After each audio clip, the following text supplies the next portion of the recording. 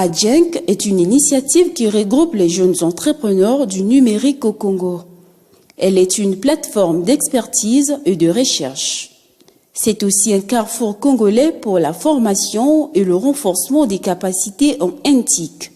Adjenk a pour but de vulgariser l'usage du numérique dans la population congolaise, de fédérer les acteurs du numérique et d'accompagner dans la création des corporations des métiers du numérique. L'association s'est fixée comme objectif, entre autres, de créer des communautés du numérique dans toute l'étendue du territoire congolais et de permettre aux jeunes de s'approprier toutes les opportunités qu'offre l'Internet, notamment la formation continue par les MOOC, des Massive Open Online Courses. Au micro de Vérité 242, son coordonnateur Ngakenye Lokwa Bibéric livre des plus amples informations. Oui, moi c'est M. Ngakenye Lokwa Bibéric. J'aime bien dire que je suis citoyen du monde, africain de nationalité congolaise. Je suis coordonnateur projet de l'Adjenk. L'Adjenk qui est l'association des jeunes entrepreneurs du numérique au Congo.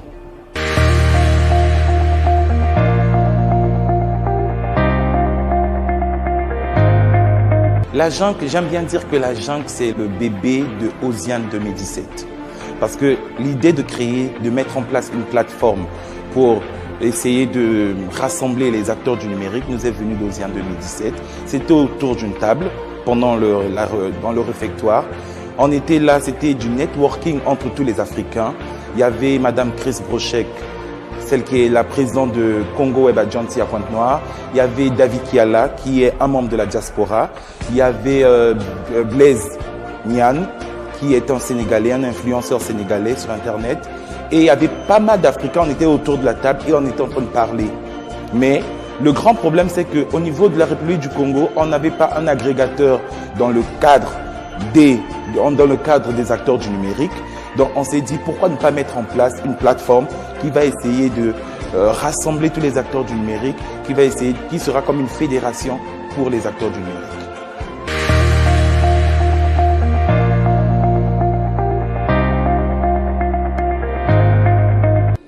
Faire un diagnostic, c'est trop dire, car chaque structure, au moment où nous parlons, est en train d'appréhender le numérique, la portée du numérique par rapport à ses activités.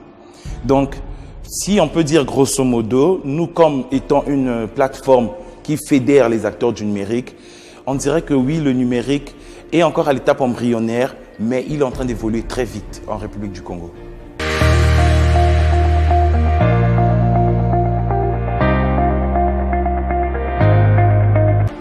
Les objectifs de l'Adjenk, on en a plusieurs, mais parmi les objectifs primaires, premièrement, nous sommes là comme un agrégateur pour les acteurs du numérique.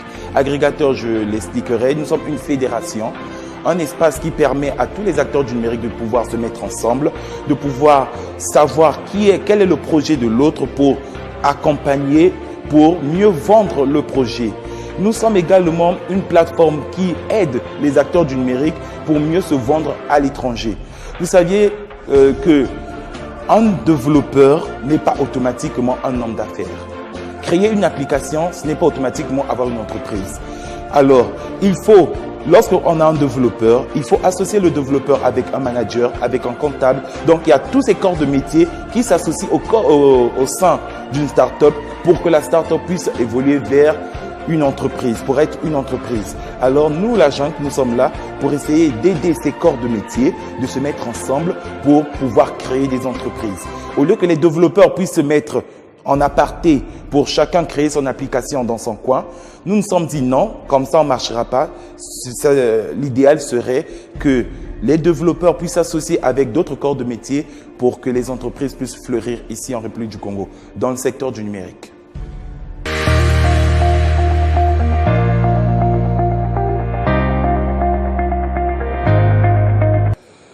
Les types d'actions que nous avons mis en place, ça fait une année que nous existons. Alors nous nous sommes dit qu'il fallait contacter premièrement la population congolaise et nous ne nous sommes pas limités qu'en ville. Nous nous sommes dit qu'il faut entrer en contact avec la population congolaise, que ce soit celle des villes, que ce soit également celle des villages. Parce que au niveau des villes de l'intérieur du pays, Oui, il y a également des communautés qui sont en germe. Il y a également des jeunes qui utilisent le numérique dans les villes qui sont à l'intérieur du pays.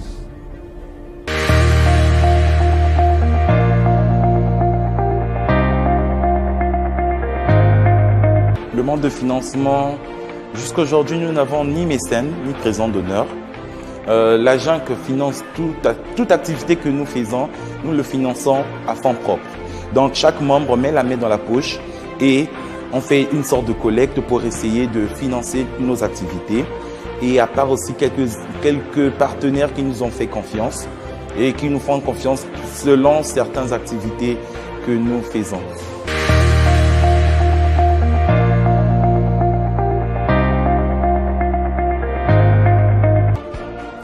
Je dirais oui, on peut vivre du métier du numérique, pas seulement au Congo, mais partout dans le monde.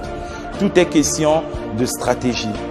Toute personne aujourd'hui avec une bonne stratégie, il y a déjà des développeurs qui vivent de leur métier. Surtout s'il faut savoir dans le mot vivre.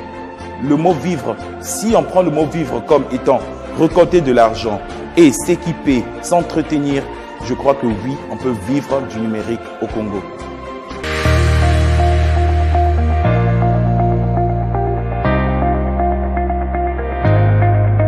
Les projets que nous avons réalisés aujourd'hui, il y a déjà 3 projets que nous avons réalisés.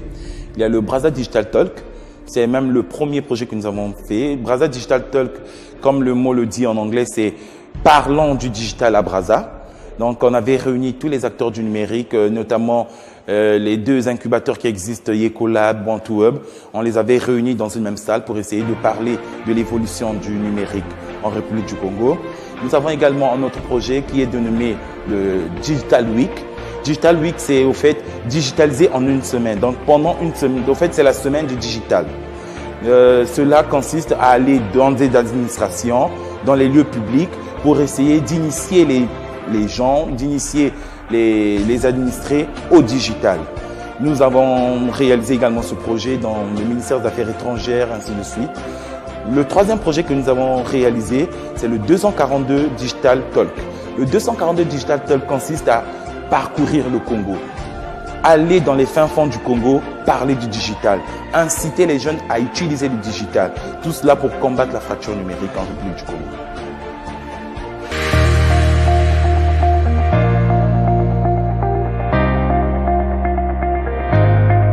L'idée de mettre en place une communauté numérique à Ouando, c'est de notre 3e projet qui est le 242 Digital Talk, parce que cela consiste à parcourir le territoire national pour essayer de créer des communautés. Alors ça a été un peu plus simple parce que nous sommes juste entrés en contact avec les personnes que nous contactions bien sûr via des réseaux sociaux qui sont à Ouando. Nous leur avons partagé le concept, ils ont accroché automatiquement et j'ai personnellement effectué le déplacement de Ouando pour rencontrer premièrement ces personnes que j'avais rencontrées que sur les réseaux sociaux. On a eu des échanges et après il fallait entrer dans la population. Nous avons rencontré les élèves de terminale, nous avons rencontré la communauté des musiciens de Ouando qui était à Kisengo. Je salue déjà parce que c'est eux qui ont accepté Kisengo qui a accepté de loger le siège de la communauté numérique de Ouando. Donc cela a été des moments très forts, très émouvants et ça a été très simple pourtant, très simple à mettre en place.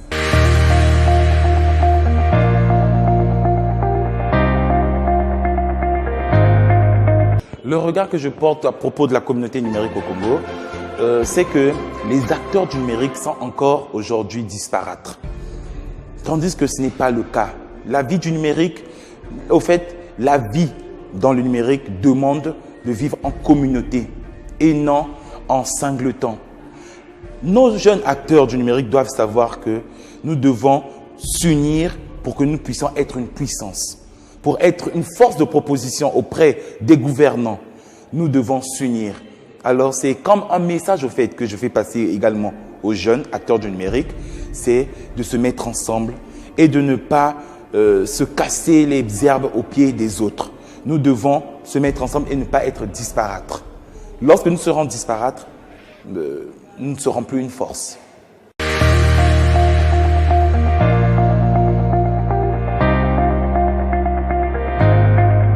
tout cas, ce que j'aimerais bien dire à la population congolaise, c'est ça me fait parfois très mal lorsque je vois certaines personnes en train de diaboliser les réseaux sociaux. Il n'y a rien de diabolique là-dedans. C'est le cyberespace. Aujourd'hui, le monde est passé au cyberespace. Ce qu'on appelait hier le projet Village planétaire, c'est ce que nous vivons aujourd'hui à travers l'Internet, à travers les réseaux sociaux et tant d'autres. À la jeunesse congolaise, je vais les demander d'être un peu plus sérieux parce que sur les réseaux sociaux, vous devez placer vos centres d'intérêt, vous devez être fixe sur vos centres d'intérêt les centres d'intérêt au niveau des réseaux sociaux. Sur les réseaux sociaux, vous allez trouver toute catégorie de personnes que vous pouvez rencontrer dans la vie courante. Internet aujourd'hui, c'est le seul espace qui te permet, toi, Congolais, d'entrer en contact ou bien de profiter de l'expérience d'un Singapourien et tu brandis sur cette expérience et tu bâtis ta vie.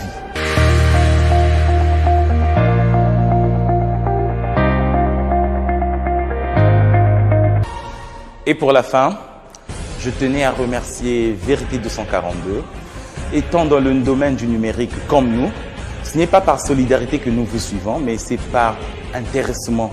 Parce qu'aujourd'hui, comme je l'ai dit tout à l'heure, nous avons besoin du contenu Made in Congo. Nous ne voulons pas que lorsqu'on tape Congo au niveau de l'Internet, qu'on puisse toujours avoir de l'information que d'autres ont pu traiter pour nous. Voilà pourquoi je tiens vraiment à féliciter Vérité 242 et c'est toute la junte. Je transmets au fait les félicitations de toute la communauté à junte à Vérité 242. Continuez ainsi. Fournissez-nous du contenu sur le Congo. Nous sommes là derrière vous. Merci.